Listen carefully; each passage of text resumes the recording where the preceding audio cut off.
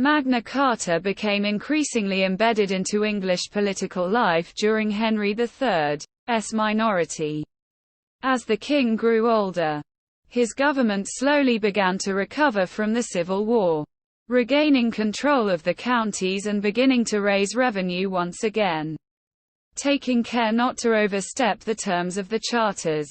Henry remained a minor, and his government's legal ability to make permanently binding decisions on his behalf was limited. In 1223, the tensions over the status of the charters became clear in the royal court, when Henry's government attempted to reassert its rights over its properties and revenues in the counties, facing resistance from many communities that argued, if sometimes incorrectly, that the charters protected the new arrangements. This resistance resulted in an argument between Archbishop Langton and William Brewer over whether the king had any duty to fulfill the terms of the charters, given that he had been forced to agree to them. On this occasion, Henry gave oral assurances that he considered himself bound by the charters, enabling a royal inquiry into the situation in the counties to progress. In 1225, the question of Henry's commitment to the charters re-emerged, when Louis VIII of France invaded Henry's remaining provinces in France, Poitou and Gascony. Henry's army in Poitou was under-resourced, and the province quickly fell. It became clear that Gascony would also fall unless reinforcements were sent from England. In early 1225, a Great Council approved a tax of £40,000 to dispatch an army, which quickly retook Gascony.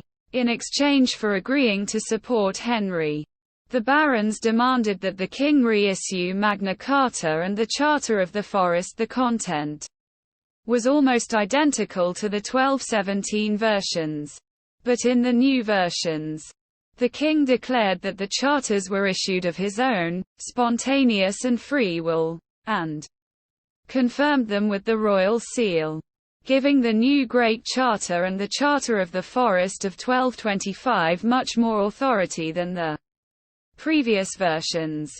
The barons anticipated that the king would act in accordance with these charters, subject to the law and moderated by the advice of the nobility. Uncertainty continued, and in 1227, when he was declared of age and able to rule independently, Henry announced that future charters had to be issued under his own seal. This brought into question the validity of the previous charters issued during his minority, and Henry actively threatened to overturn the Charter of the Forest unless the taxes promised in return for it were actually paid. In 1253, Henry confirmed the charters once again in exchange for taxation. Henry placed a symbolic emphasis on rebuilding royal authority, but his rule was relatively circumscribed by Magna Carta.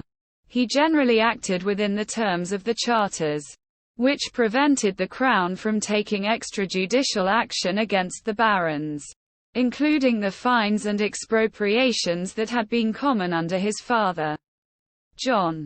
The charters did not address the sensitive issues of the appointment of royal advisers and the distribution of patronage, and they lacked any means of enforcement if the king chose to ignore them. The inconsistency with which he applied the charters over the course of his rule alienated many barons, even those within his own faction. Despite the various charters, the provision of royal justice was inconsistent and driven by the needs of immediate politics. Sometimes action would be taken to address a legitimate baronial complaint, while on other occasions the problem would simply be ignored. The royal courts, which taught the country to provide justice at the local level, typically for lesser barons and the gentry claiming grievances against major lords, had little power, allowing the major barons to dominate the local justice system. Henry's rule became lax and careless, resulting in a reduction in royal authority in the provinces and, ultimately, the collapse of his authority at court.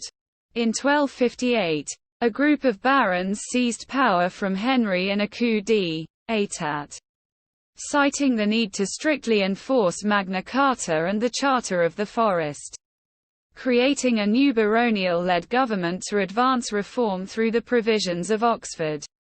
The barons were not militarily powerful enough to win a decisive victory, and instead appealed to Louis IX of France in 1263–1264 to arbitrate on their proposed reforms. The reformist barons argued their case based on Magna Carta, suggesting that it was inviolable under English law and that the king had broken its terms. Louis came down firmly in favour of Henry, but the French arbitration failed to achieve peace as the rebellious barons refused to accept the verdict. England slipped back into the Second Barons' War, which was won by Henry's son, the Lord Edward. Edward also invoked Magna Carta in advancing his cause, arguing that the reformers had taken matters too far and were themselves acting against Magna Carta.